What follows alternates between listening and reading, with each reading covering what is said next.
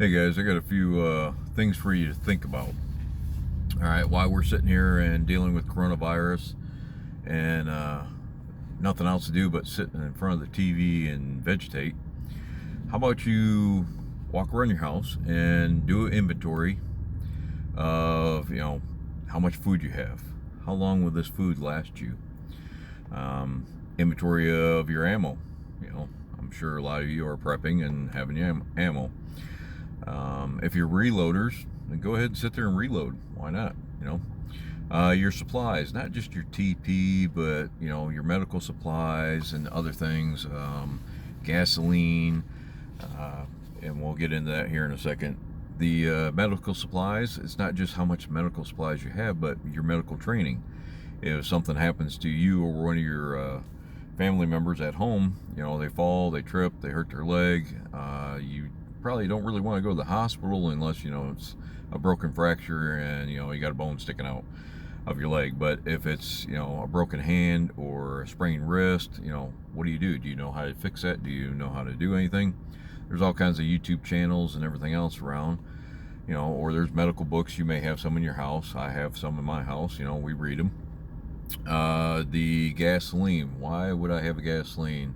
Well, if the power goes out, do you have a generator? And if you do, how much gasoline do you have as a backup? How long will that generator run on the gasoline you have in the garage or wherever? How long will that generator work? So therefore, how long will your fridge keep everything cold? And then you guys start thinking about, well, if you don't have stuff in the fridge that's cold and you start losing it, well, you got to eat that stuff first. Get rid of that before it starts going bad. Let me see. Perfect time to start working out. What time better than to start losing weight than when you're rationing your food, because the stores are, not very stocked, and even if they are, who knows if, I doubt it's going to get much worse, but if it does and they shut down stores or the food supply starts getting shorter, then you need to ration your food. And quit buying the cheesy poofs and the stuff that doesn't really fill you up. It's wasted calories and it's going to get you fat, so you got to work out more.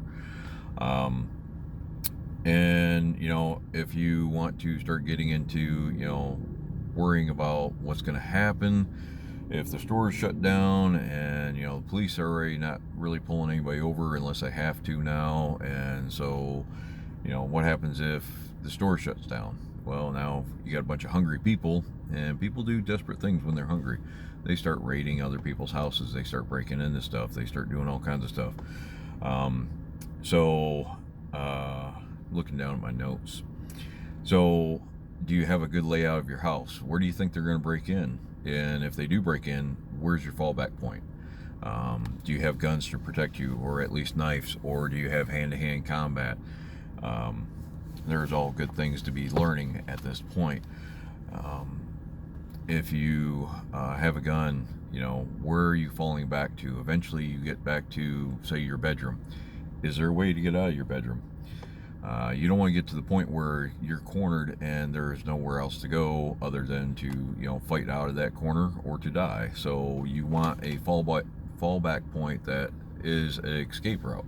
And you don't want to fall back to a room that has one window in the door and they're about to come through the door, and you're too big or you're too old like me to get through that window very easily. You want to be able to get out of the house. I'm probably not going to leave my house, but I can at least leave the house, go around the side, and get them from the backside. All the different kinds of things to think about.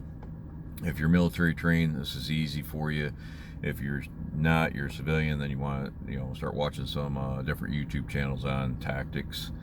Also, a range card. If you don't know what a range card is, you're probably not military. If you don't know what a range card is, there's many videos that you can look up on a range card. It's basically, from each window you should have a range card, or at least have it in your mind of how far you can shoot from that position. What can you see, what you cannot see. If you can see around the side of the garage pretty good, that's great, but what's behind the garage? Can they get up to you that close? Is your garage connected to your house? If your garage is connected, then you need to do a range card from your garage window.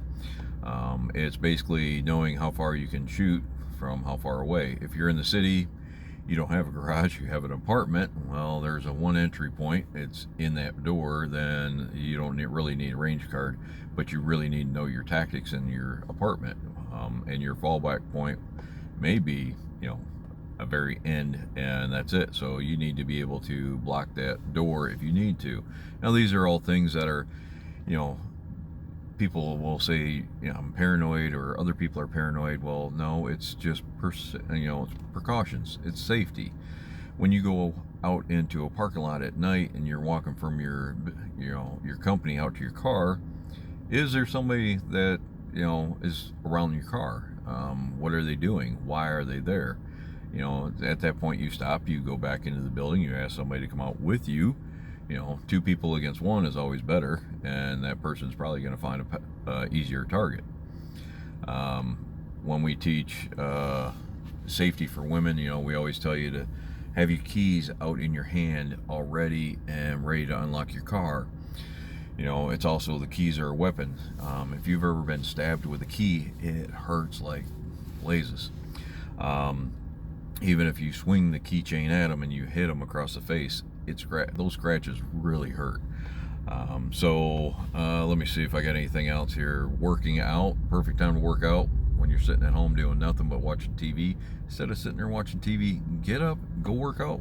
And if you can't work out that much because you're out of shape, work out for 5 minutes. Do something simple, and then, go back out, a few hours later and work out a little bit more. And you don't have to work out for hours straight. If you never worked out, don't do that. Don't work out for hours straight. You're going to hurt so bad, and you're going to hate yourself. Start out slow, do a little bit at a time, and you'll be all right. Meditation, I love meditation. It gets the mind, the body, and the soul all to one point. You'll feel much more relaxed. You'll start worrying about the coronavirus so much. So just some simple things for you to think about. I'm making this for a couple different groups that I'm in, and I'll release it out on my regular YouTube channel maybe. But be careful out there. Keep your head on a swivel. Protect yourself. If you're going in the stores, wear a mask, or at least a bandana across your face. It may not stop a lot of the viruses and stuff, but it will stop at least people breathing right at you. In case somebody sneezes and they have the coronavirus. So just be careful. Don't touch your face all the time. Make sure your hands are clean. Wash your hands. That is one of the biggest things. You wash your hands, and then it's okay to touch your face. I haven't touched anything in a while, and I disinfect my car because I'm going out doing bee inspections, so I still talk to people and stuff. So be safe, take care, and if you got any questions, comment down below. Have a great one. Bye.